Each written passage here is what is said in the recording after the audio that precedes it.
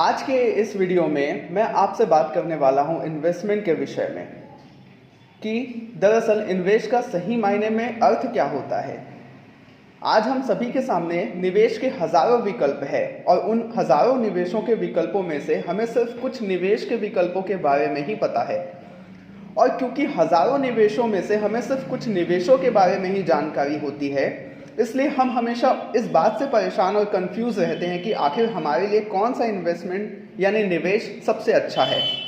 जैसे कि मान लीजिए आपके किसी दोस्त ने आपको बोला कि XYZ का म्यूचुअल फंड सबसे अच्छा है और आपको भी उस XYZ के में निवेश करना चाहिए, और फिर आप उस फंड में निवेश कर देते हैं और कुछ दिन बाद आप YouTube पर वीडियो देखते हैं जिसमें बेस्ट फंड ऑफ 2021 किसी दूसरे फंड को बताया गया है। अब आप जैसे ही देखते हैं कि एक्सपर्ट लोग तो किसी और फंड के बारे में बात कर रहे हैं और आपने जिस फंड में निवेश किया है उसके बारे में तो कुछ ज़्यादा बात ही नहीं हो रहा है, तो अब ऐसे में आपके मन में ढेर सारे सवाल आने चालू हो जाएंगे कि अब क्या किया जाए, कैसे पता चले कि कौन सा निवेश सबसे अच्छा है और कैसे समझा जाए कि कौन सच कह रहा है और कौन गलत है और आखिर बेस्ट फंड कौन सा रहेगा।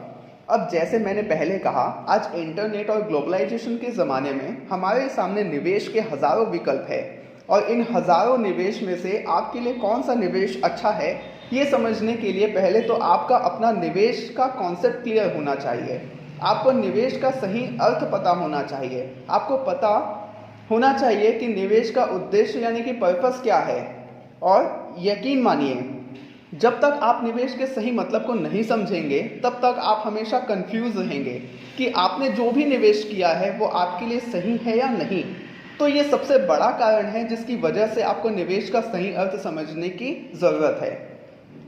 तो अब जब आपने समझ लिया है कि निवेश का सही अर्थ समझना कितना इम्पोर्टेंट है, तो आइए बात करते हैं कि निवेश का मतलब क्या होता है।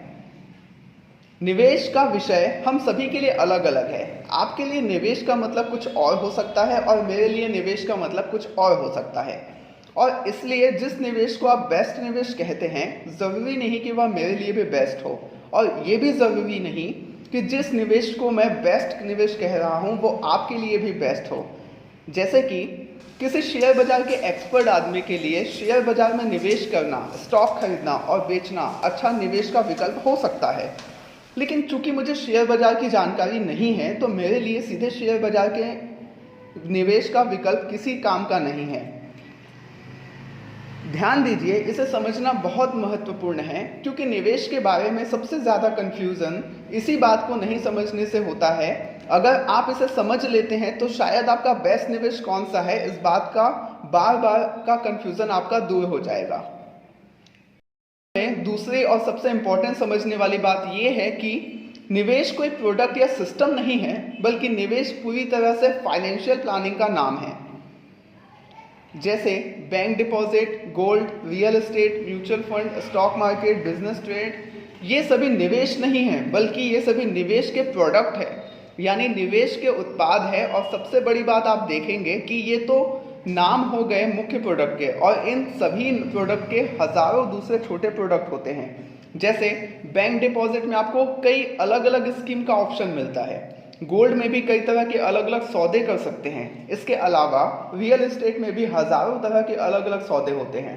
म्यूचुअल फंड में तो आपको पता ही है कि इंडिया में 2000 से भी ज़्यादा म्यूचुअल फंड स्कीम है, और स्टॉक मार्केट में देखेंगे कि हजारों कंपनियों के शेयर अलग अलग सौदे पर है।